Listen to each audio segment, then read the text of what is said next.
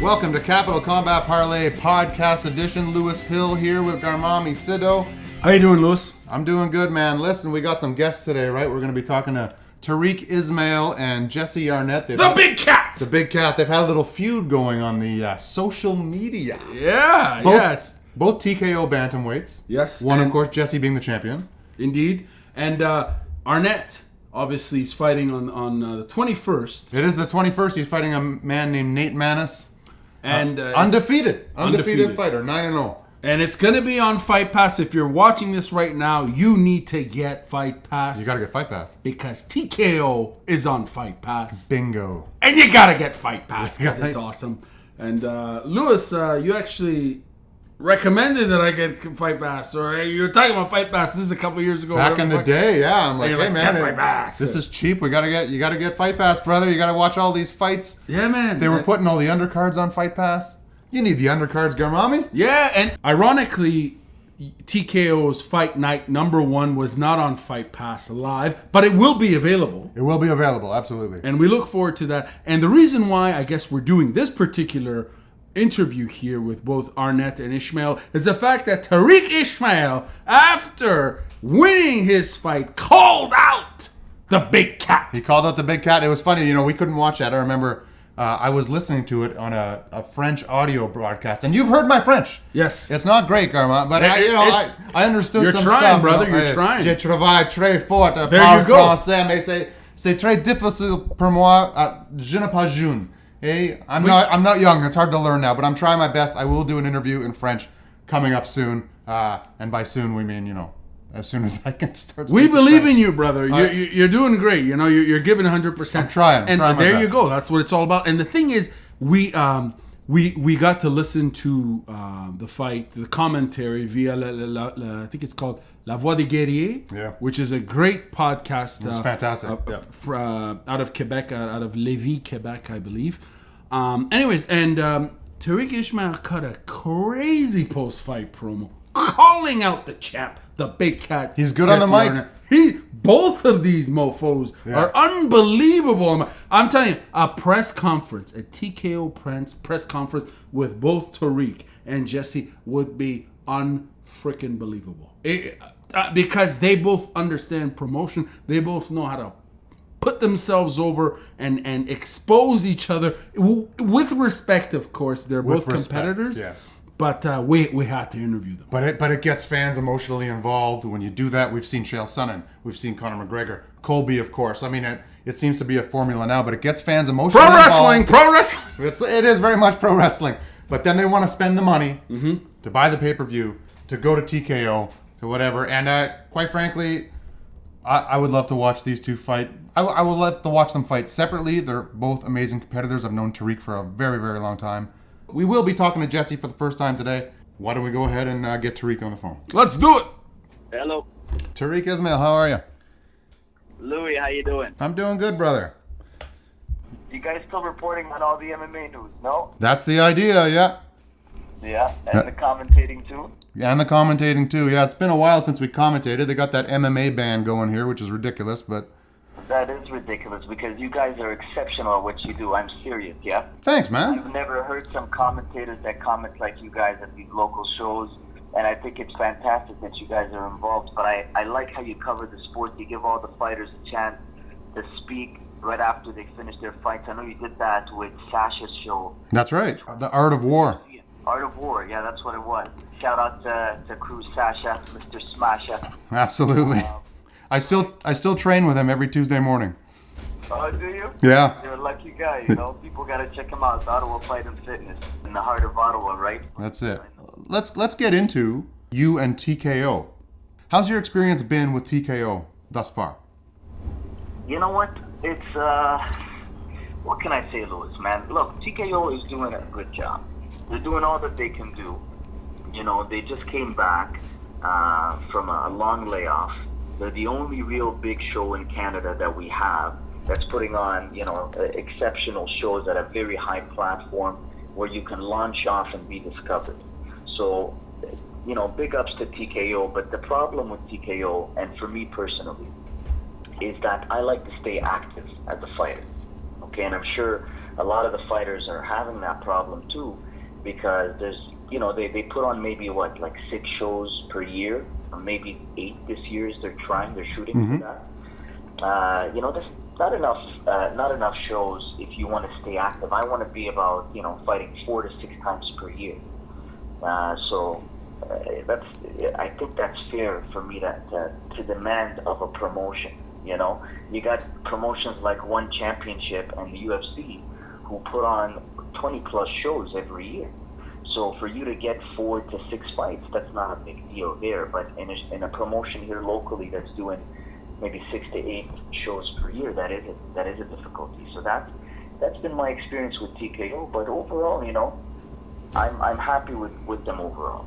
Now, you're a multi-professional mixed martial artist, boxer, Thai boxer. You've done jiu-jitsu tournaments. Is that part of being active, staying within all those different combat sports realms, and is it sustainable? You know what? It's definitely keeping me active, but it's difficult. It's very difficult, Louis, to do because, one, you gotta manage the fight camps, right? So you gotta be able to say, okay, I'm gonna do an MMA camp, and I'm fighting a grappler, or I'm fighting a striker, or whatever, and you gotta go and work on your weaknesses. It might be grappling, it might be striking, it might be you might need boxing for this guy, you might need kickboxing for that guy. So if I'm fighting and I'm getting ready for a guy who's a striker and I'm working a lot of kickboxing, if I go and fight just boxing the next one, that's not bad. It's not far off. But if I'm getting ready for a grappler and I have to really work my wrestling or my jiu-jitsu or whatever it is, and the focus of camp is that where it's 5 days a week, and then I get a boxing fight. Well, man, I haven't really been doing boxing, and now I got to get ready for it in 3 weeks, just so that I can get the paycheck from it, and at the same time still continue to stay active, because maybe the next boxing fight is not until another month and a half from now. So there's a window of opportunity that you got to keep on constantly seeing if you can fit in another fight and another camp. And I got a really phenomenal coach. He's an international coach, Bazooka Joseph Faltellini. Big shout out to Joe. But he's traveling all the time too, so it's not like I have the luxury of saying, hey Joe, we gotta go boxing in 3 weeks, and we gotta go kickboxing in another 3 weeks here or 2 weeks there. He's flying out with Glory Kickboxing all the time. I'm lucky if I get him in camp for a full camp. So, it's challenging, Louis. But wait, aren't these challenges you speak of, aren't they common for most combat sports athletes? Like, I'm reading some of your Facebook posts, and I respect that you're involved, that you're competing in three separate sports, which is a huge commitment. Overall, though, what you're talking about is common amongst all competitors, is it not? The reality of trying to get booked on a fight, not having enough fights. Isn't this a very, simple, common story or a common predicament? Yeah, I guess, man. Most fighters are going through it. It doesn't mean that I'm still not upset about it or need to voice my opinion. It's my social media page. I just want to kind of vent about it. It's my cheap form of therapy where I don't got to pay for a therapist, So it is what it is, man. At a point, I feel, that I want to vocalize about it, and then I want to say that, listen, I want more fights.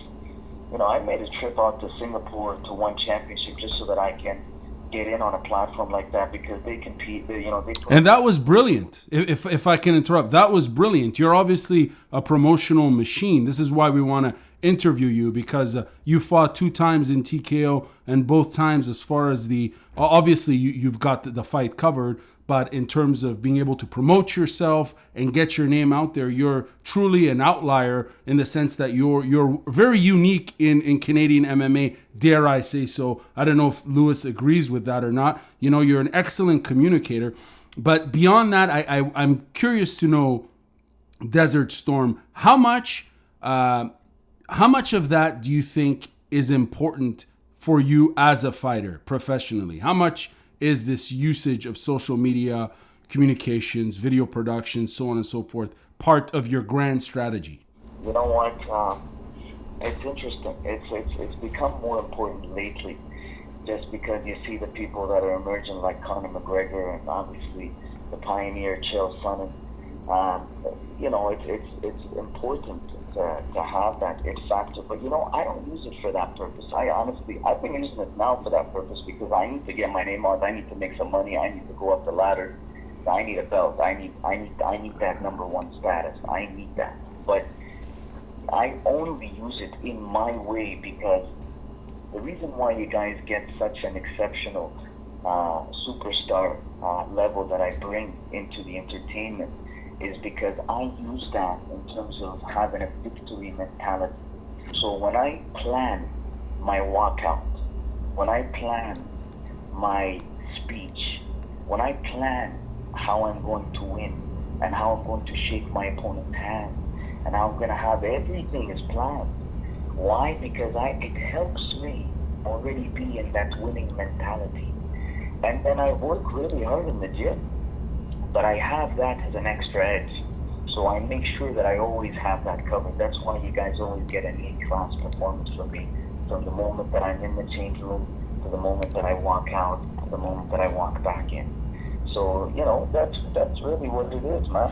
Well, and you're also a draw because you mentioned in your post that you sold $3,000 worth of tickets, right? That one is actually nothing compared to what I can sell. This is me from Toronto having to have my guys drive and fly to come to Montreal. That's a 5-hour drive to Montreal, and that's a 1-hour flight. So for me to sell 3,000, like that's nothing, man. Like if this was in Toronto, I would sell at least $20,000 worth of tickets, at least. I'm a tables guy. I'm a VIP guy. I'm a ringside guy. My guys have money. My guys know how to spend. So it's not a problem for me to sell tickets. But it becomes harder when I have to have them drive out for 5 hours and then they have me on a preliminary card, which starts at 6 or 7 o'clock. These guys, they have to they can't leave days of work. You know what I'm saying? So they have to make the drive at about 12 o'clock in the afternoon or 1 p.m. Like people have things to do, especially when you put on a show in the middle of the week, like a Thursday or a Wednesday. You know what I'm saying? You can't just do that to people. But I'll still sell 3,000 even with that. I'll be honest, real quick. I tuned in on Fight Pass wanting to see Desert Storm fight. But then I find at last minute, I'm like, wait a minute, it's not even on Fight Pass. You know what I'm saying? It's not even live. But thanks to the guys at La Voix des Guerriers, which is actually sent me the video of my fight. I checked my email and I got a high quality version of my fight. So thank you so much for doing that. Even though it's not on UFC Fight Pass, which I'm sure he's gonna get it on UFC Fight Pass. In the meantime, he keeps his word and makes sure that all the fighters at least get a version of it. So, it's nice.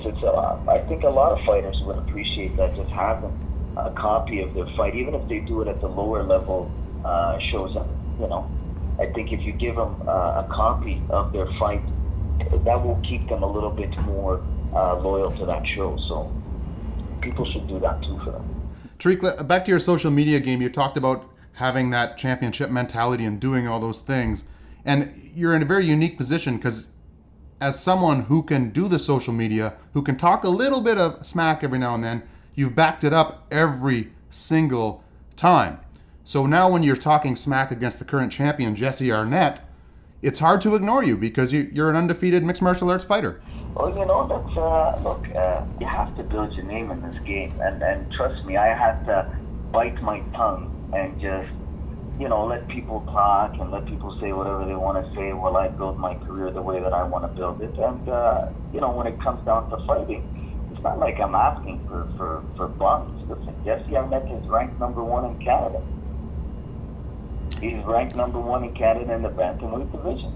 He's quote-unquote the best Bantam MMA competitor in Canada and the first TKO champion of the new era, quote-unquote. Okay, so that's Jesse Arnett. But you know why he only has that title? It's because I've been absent for 2 years. That's the only reason he holds that title. And he better recognize that very quickly. I've been nice about it, but don't get me upset about it. Okay. Now, is that part of the frustration, Tariq? Is that because you were absent for 2 years due to an injury, I believe, and there is a limited window in which you can be competitive in this sport. Is that part of the frustration that you saw 2 years of that window go away? Not really, because as a fighter, you're not only developing as a fighter, right? You got to develop as a human being as well. You need to develop your mentality. You need to develop your body. You need to develop your emotional, your financial support. Everything. You got to develop your whole human being, right? So I just used that energy, that same championship mentality, and I used it into somewhere else. And I did whatever I needed to do to get myself to the point that I am today. But today I feel fantastic. I have no problems, no injuries. I am ready to go at any moment. You just give me the contract that I need, and we make it happen. And right now you do not have an opponent, is that correct? Right now I don't have an opponent, and frankly, I'm a little disappointed. But, it is what it is. I understand, I have a 3-fight contract with TKO. I signed for it. It was 1 year deal that I'm guaranteed to have 3 fights within the 1 year. We started beginning of February. I had a fight in March, and I had another fight in August. Would I like to have, finished my contract by September and maybe renewed it for another 3 fights maybe with TKO and get those next 3 fights maybe within 6 months or 8 months, something like. I just need to be more active.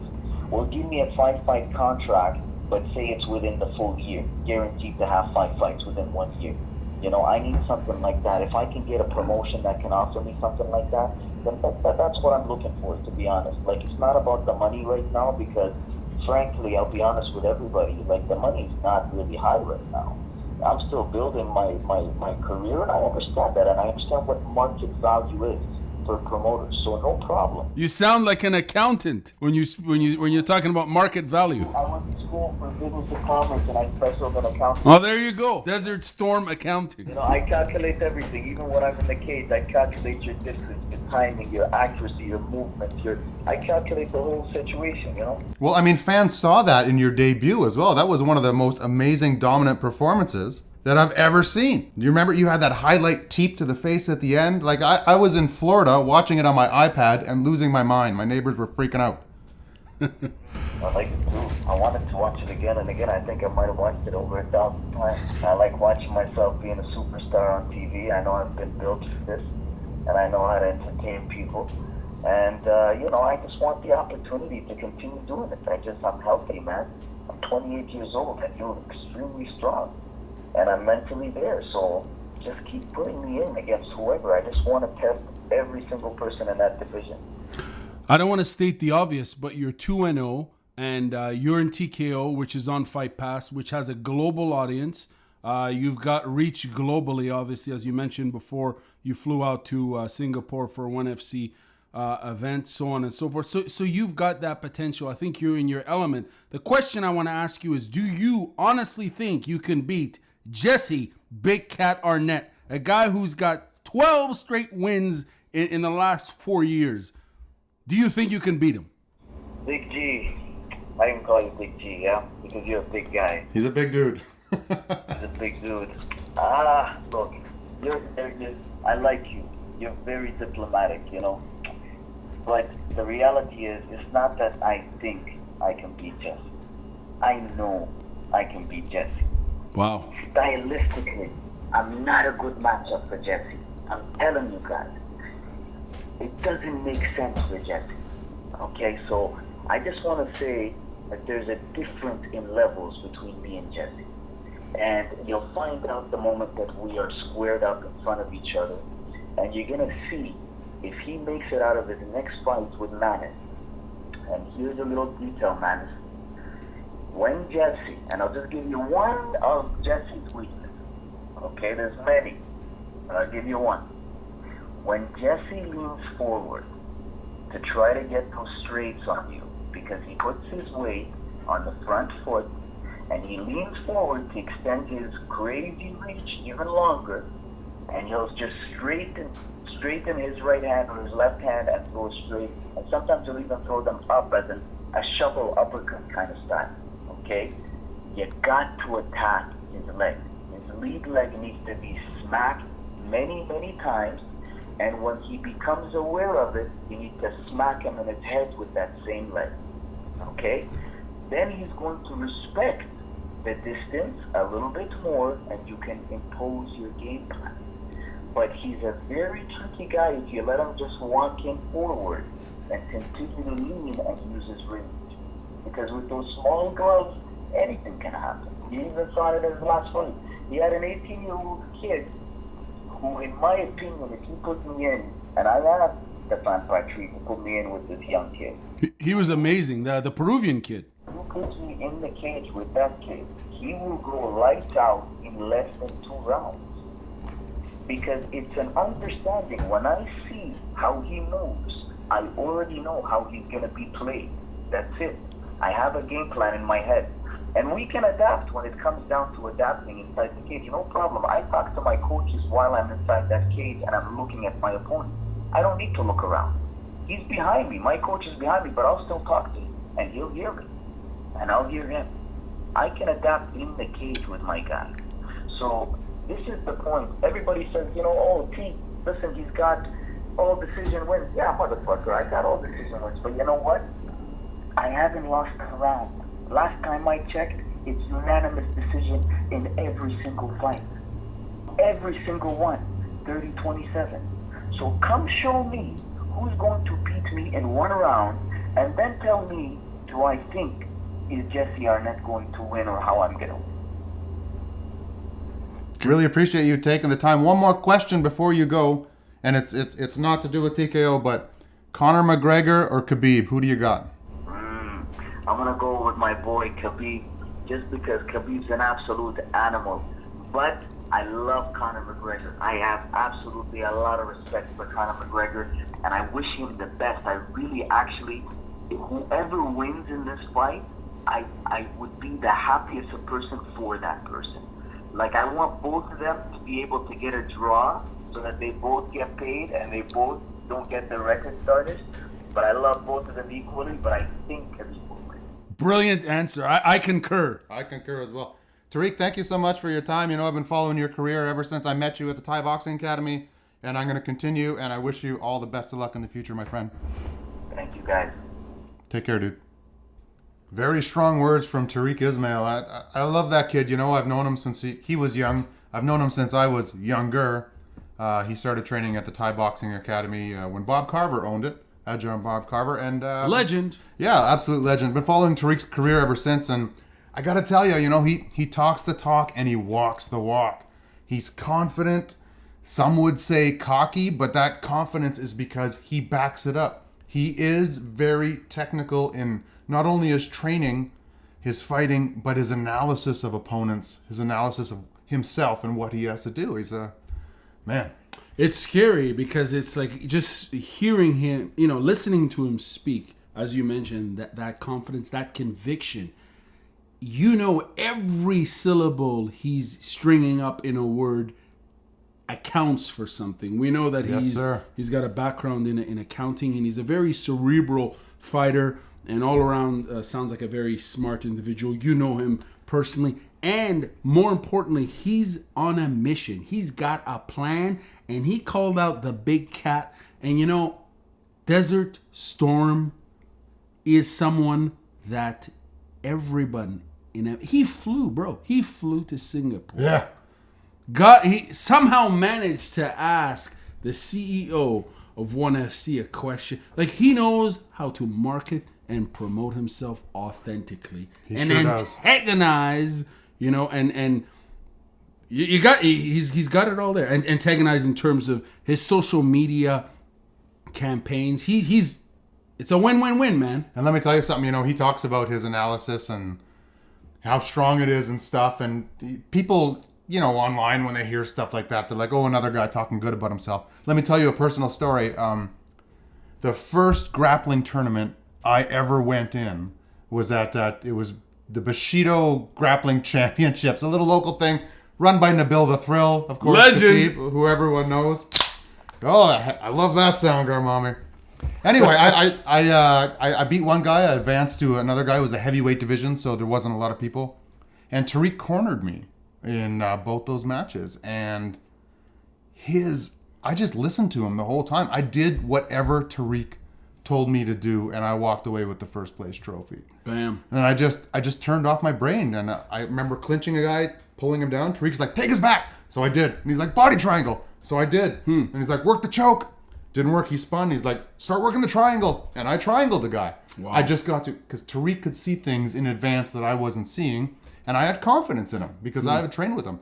And his analysis of my game was amazing. So his analysis of his opponent's game, you know, that's a little personal story. And so I've believed in this guy for a very, very long time. Let's get to the next interview with the big cat, Jesse Arnett. Oh, baby. Thank you very much for the time, Jesse Big Cat Arnett. I want to start this interview by first saying the following. The blind stares of a million pairs of eyes, looking hard, but won't realize that they will never see the P. How you doing? I'm doing good, man. That was a fun entrance. I like that song. And you are, of course, the best bantamweight MMA competitor in Canada. My name is Garmamie. We are here with Lewis Hill, Capital Combat Parley, speaking with Jesse Arnett, quote, the first TKO champion of the new era, the Big Cat, who's got a record of 15 wins, 4 losses, and who has 12 straight wins in a 4-year run. That's from 2014 to 2018. Now, Jesse, you are fighting Nate Maness at the next TKO. How's the preparation and training going? Things are good, man. It's going to be interesting. He's a southpaw. He's, I think, 5'10". He's got a 72-inch reach. I think he believes in himself, too. I'm too fast. That'll be the difference. The speed will be the difference.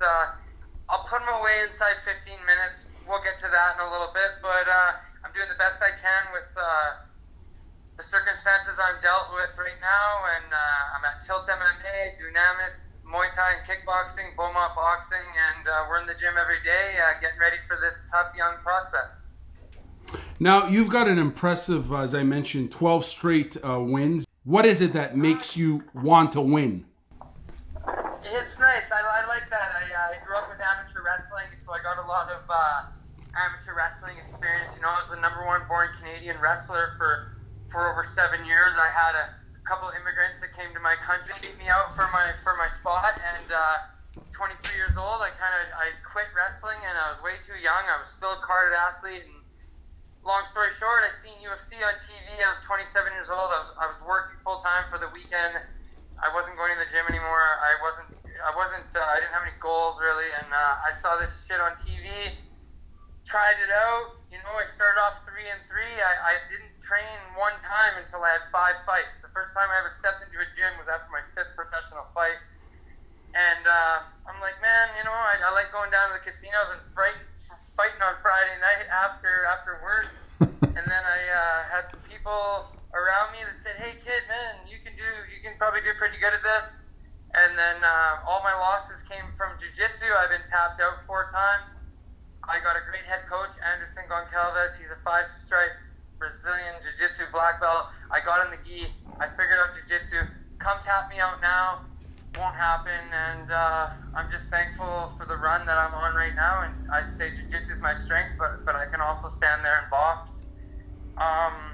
Yeah, it is what it is. I'm very thankful at my age to be on the run we're on, and I love TKO. I love the fans out in Quebec, and at the end of the day, it's all entertainment, and I put in the work, and then I come there and I put the guy away. Well, Jesse, like a true champion, you're taking on a very dangerous opponent, an undefeated opponent. How do you match up with him stylistically? How do you defeat this undefeated fighter? I'm going to have to break him down. I'm going to be very patient. He's a southpaw. I'm going to have to break him down over the first little bit and then look to finish him, like I mentioned, inside 10, 15 minutes max. If he's real tough, then we're going to be 15 minutes. But if he makes it into the championship rounds, good thing we have free healthcare here in Canada because he's going to need medical attention for sure. Socialism. Yes. He's too slow. He's too slow for me. I'm going to be in and out.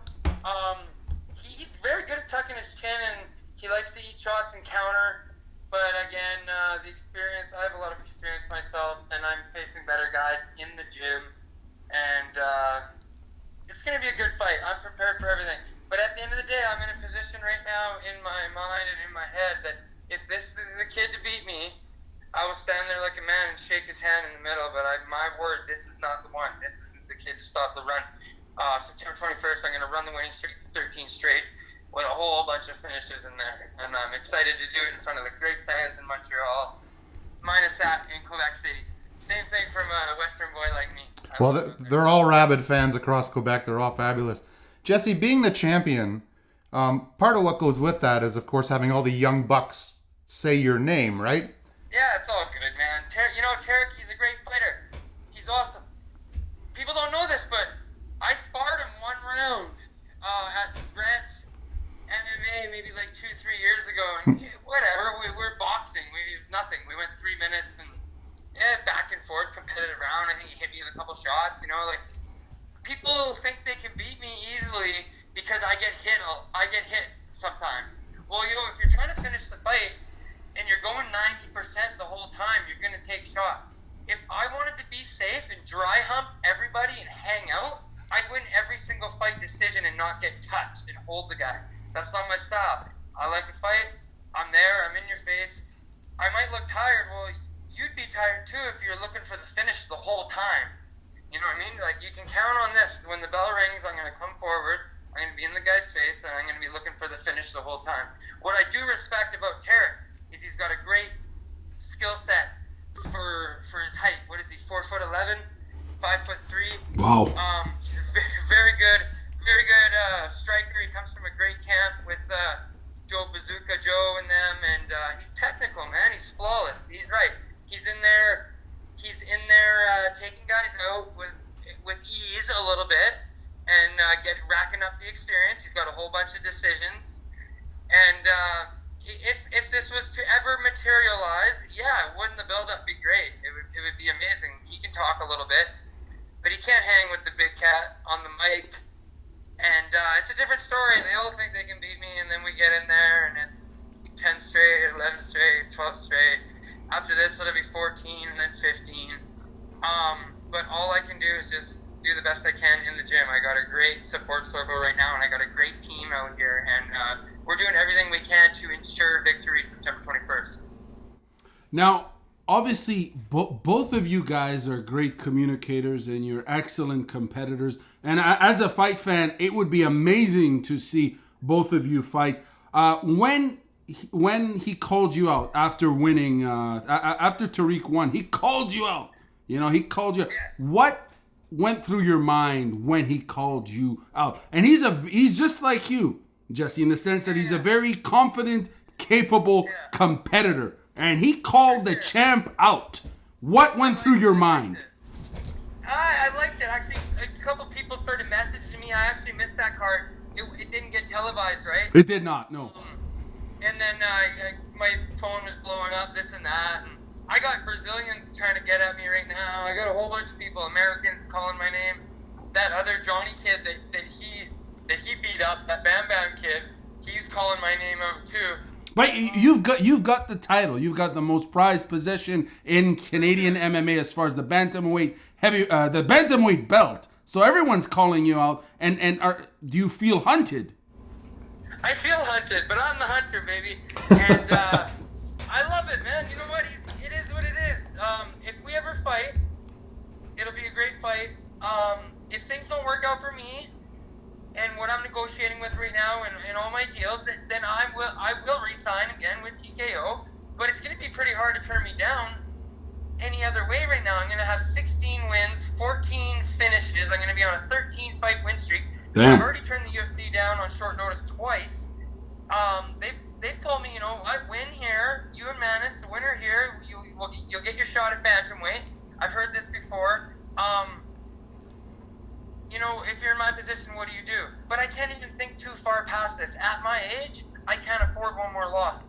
This all ends for me September 21st if I don't put Nathan Manis away. Wow. It's all over. I can't string another 10, 12 wins together. You know what I mean? And I'm realistic and I'm not delusional too. Wow. But if we were ever to throw down, I'm down for that fight. I ain't scared of that kid. If he wasn't 160 fat, he could have fought me on 6 days notice last time. And he tried to hold hold the boss up for a ridiculous, silly amount of money. And I don't know, maybe I would have done the same. But that last kid I just fought, Sebastian Rios, that kid gives Tariq a run for his money. The Peruvian warrior. Yes, that kid is pretty tough, man. And doesn't matter, but I underestimated him a little bit. I thought I was gonna wrestle him down easy and choke him out, right? And he fought me hard for a little bit, touched my chin. You know, he made me feel like he was in there. But at the end of the day, if you go back and watch the fight, other than the few blows that I did take, maybe 2-3, I was in control the whole fight. I beat a Muay Thai world champion at his own game, and then I choked him out. Took his neck home. Now, Nate Maness, who you'll be fighting next, he's got a reach advantage on you. How do you think that's going to work in his advantage? No pun intended. I think, you know what? If he worked behind his jab, it'd be better. But because he's throwing big hooks when he's getting hit, and he likes to counter when there's leg kicks. I'm not much of a leg kicker. That doesn't mean I won't try and put my heel on his face. Yeah, I gotta be careful. We're fighting in biker gloves, pretty much, you know. So he can hit me, I could go down. But at the end of the day, I like a good knock. I like a good fight. If this kid can give me a good fight, I'm gonna be there in his face for the full 10 minutes or 15 minutes, whatever it takes. And like I mentioned, the free healthcare will be good, because if he makes it into the championship rounds, he'll need to get sewn up after, because I'll put my elbows through the back of his skull. Well, you best believe the entire country, as well as Quebec, will be cheering for you, sir. From Calgary, Alberta, Canada, they'll be cheering. All over Canada, obviously, will be cheering for you, because you're facing a very tough opponent from the U.S. And we wish you all the best. Thank you very much for your time. Yeah, thank you guys, and sorry about the communication the last few days. I've been so busy. My phone's blowing up, and I try and get back to everyone, and then no disrespect to you guys, and I appreciate the time, and I wanted to stay focused on Nathan Maness, because the Tariq fight and the other negotiations, and like I mentioned, this all ends for me at my age if I do not put that kid away September 21st. Best of luck to you, sir. Thank you, guys, and you have a good day out there, all right? Thank you. Thank you. Peace, homie. Peace. You heard the man, Jesse Arnett. Man, he's a very well-spoken individual, great fighter, and again, I like his confidence. And you know, he's telling us that he's sorry for, you know, the miscommunication. He's doing exactly what he's supposed to do and focus on Nate Maness, an undefeated fighter from the USA. He has nothing to apologize for. This is why this man is champion. And he's very transparent, very, very honest, speaking about the urgency as far as this upcoming match in relation to his career. He's obviously been able to win 12 straight in the last 4 years. So much is at stake, and it's fascinating to hear that raw, honest opinion that he's giving about himself. Both competitors, both Arnett and Ismail, seem to be extremely honest and authentic, and this is why, Lewis, I'm telling you, these two were to fight. The feud alone between them. Oh yeah. You know what I'm saying? You could book a trilogy for all of the remainder of the year onto the next year, and it's awesome. Canadian MMA is on fire. Yeah, and every now and then lightning strikes, and desert storms are brewing. Desert storms are in fact brewing. And Jesse Arnett, we wish him all the luck in his defense. He's facing a very game opponent. But, man, he's a cool dude. And thank you, Jesse, for calling us. We really appreciate it. All of Canada will be cheering for All of Arnett. Canada, absolutely. Nationalism, Garmamie. Yeah, the entire... Hey, man, whatever, man. Did you hear the first promo he cut after he beat Warnerberg? He was extremely positive, humble, showing the true spirit of a competitor, one who respects the art form of mixed martial arts. He's originally a wrestler. Obviously, he does Brazilian Jiu-Jitsu and MMA, so on and so forth. But it's great to see that respect he has. But he's also a deadly ninja, man. Hey, man, he's coming out to Tupac's tune, Can't See Me. That song is 22 years old. It came out in 96, brother. That's almost as young as Tariq, that song. Yeah! There you go. Legend. Yes. So all the best to Arnett and all the best to Tariq. Thank you very much for your time, of course. Capital Combat Parley Podcast Edition. A lot's going on in the region. Lewis, tell us a little bit about it. Lots going on in the region. We got Sub X coming up. They're doing some very interesting jiu-jitsu rules where they're allowing some slaps, I believe, a little pancration action. Wow. You know, the technical term I don't know if we can legally use, but whatever. You know, it's a different type of jiu-jitsu with some open-handed hits and stuff. Absolutely terrifying stuff, if you ask me. Yeah. And I can't wait to watch it. Yeah, man. Ottawa's got a lot going on. And then we got Sasha Hijazi, of course, having a show, The Fall Brawl in Little Italy, number dos, I believe. And that's coming up on September 22nd. Now, I will be, if I'm not mistaken, playing a music gig on September 22nd. But after that gig is done, I'm going right to the Fall Brawl, and I'm going to do some post-fight interviews with the main and co-main, hopefully. And also, we got Crew Jeff has a show coming up in November.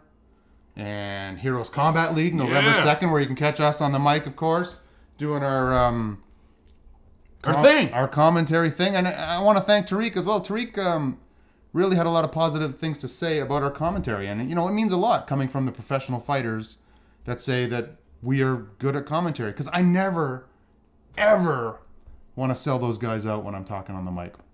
Those guys are in the cage fighting for our entertainment. And Garmamie, quite frankly, that's why I still train. I train the jiu-jitsu and I train the Muay Thai every Tuesday morning. I'm with Crew Sasha Hijazi, of course. He's a legend. So I can call fights better because I'll tell you something. I go to a lot of UFC events. You know, I work hard, but I also like to play hard. As you know, you heard the beer opening. And every time I'm at a UFC event, I always sit. It seems like I'm sitting near the experts. You know that guy, he did jiu-jitsu twice, and he wants to educate the crowd on what's going on, and he's always... Sounds like me. Yeah, it doesn't sound like you at all. But he's saying what the UFC fighters are doing wrong, and there was a guy at UFC in Calgary saying, when Olivier Aubin-Mercier was going for a straight arm lock, oh, you can't get an arm bar from half guard, it's useless. Wow. Really, Olivier is going to try something that's useless? He's one of the best in the world. And tell that to Eric Coyolo when he broke my arm with that same move. I know that move works. Wow. Anyway, I never want to be that fake expert when I'm calling fights. So I continue to train, and I hope I do justice to all the fighters and when they're in the cage, and I'm ringside. There you have it, folks. Capital Combat Parley, CCP, the audio edition, the podcast edition. Thank you very much for listening. Woo!